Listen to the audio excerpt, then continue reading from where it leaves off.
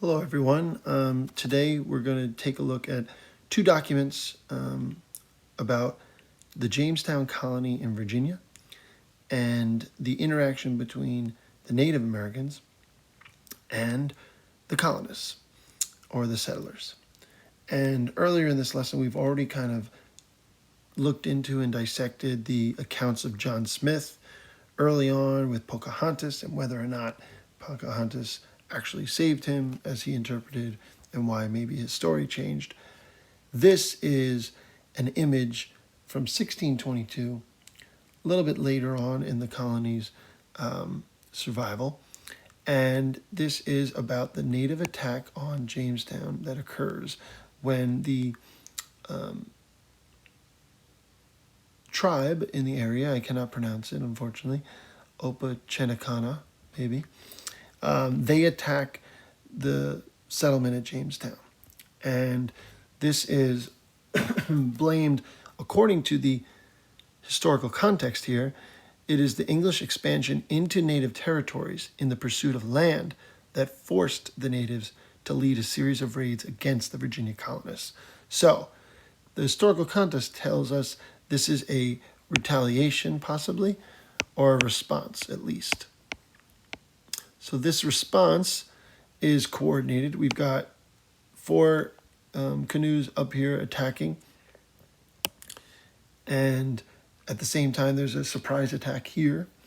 And what I want you to kind of look at is what can we get from the document, what can we get from the image to really convey what the author's trying to say.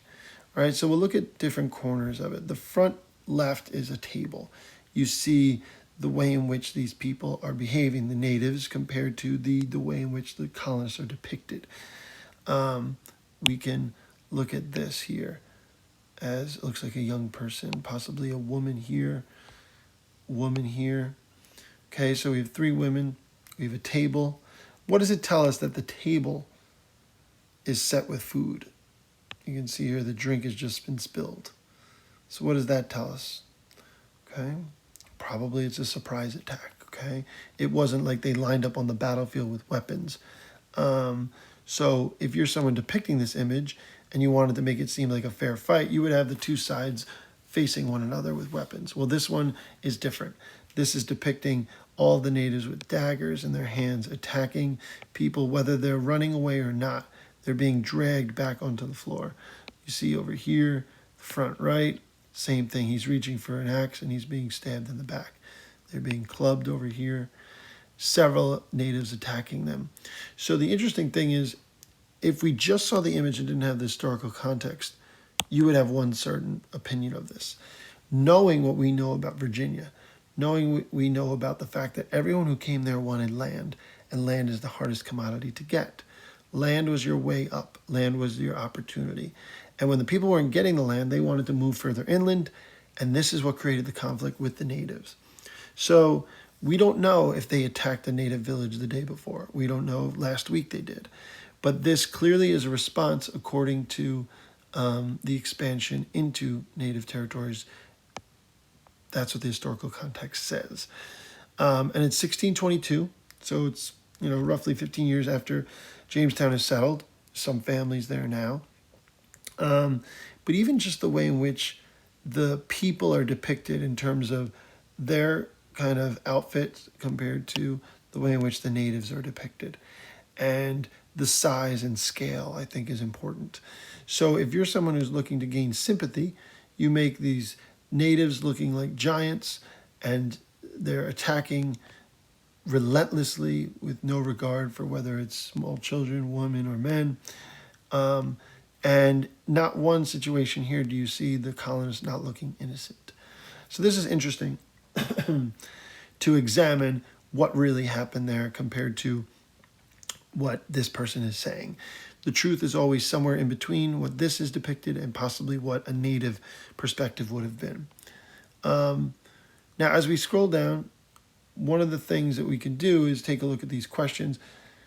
When historians make inferences, we are making an educated guess based on the available evidence. So you're not always going to be perfect, but based on this available evidence, we can figure out all the things I mentioned before. And The artist intended us to think what happened before and after this attack. I believe the intent of the artist was to think that the colonists are innocent, they're eating, and they're attacked savagely by these natives, and it looks like almost all of them are going to be killed. So we don't know what's going to happen after. It almost looks like they're going to be completely decimated. But we do have an idea of what happens next. Why? Because a Jamestown councilman, one of the men who's in charge of the town, or a representative of the town, John Martin, he submits a proposal to the rest of the town. How are we going to survive if the natives are going to attack us? Well, we can't commingle with them, we can't coexist. He proposes subjugating or making them subservient to or slaves. And the methods at which he does is, one of them is we have to make sure that they do not have access to the corn, destroy their corn. 2, make sure they can't trade with anyone. 3, we need to send 200 soldiers to burn down all of their crops and destroy all of their housing. He also says that we need ships to control the rivers because they won't be able to go and scour the bay for fishing. So we're going to monitor this. Why? He thinks by doing this in the winter, it will be a good way to force them to come to them and trade. He says, assured taking for great purchases in skins and prisoners. Secondly, in keeping them from trading for corn in the eastern shore. So they will be forced to trade with them, and possibly they will benefit from it. This course being taken, they have no means, but must yield to obedience. So the goal is not coexistence, the goal is obedience. So what does that tell us about the view that John Martin has of the natives? In terms of equal, I don't think so. If you want obedience, you're probably viewing them as inferior to you. Or maybe you're just scared. Maybe a little bit of both. But this is something that is a response to the native attack on Jamestown. And what other thing is interesting that I didn't mention for document 2.5 is the Virginia colony is taken over by a royal governor appointed by the king after these attacks. So these attacks changed the way in which the Virginia colony was being governed, and it was the charter was revoked. And this is what Martin's plan is. We need to retaliate to maintain our strength. And does it play to the colonists' strengths? I'm not so sure. But the reason why he's doing this is that the attitudes toward non-Europeans is clear. He wanted obedience, and you're only going to get obedience from a group of people that you think is inferior to you. So these documents kind of show the other picture of what's going on. We saw Pocahontas is maybe a little bit more positive interaction. We don't know the truth of the Disney movie. It's obviously slightly exaggerated and dramatic. But this shows you 2 documents from the same year and how the interactions between the natives have begun to become hostile and how the European colonists are having to react to it.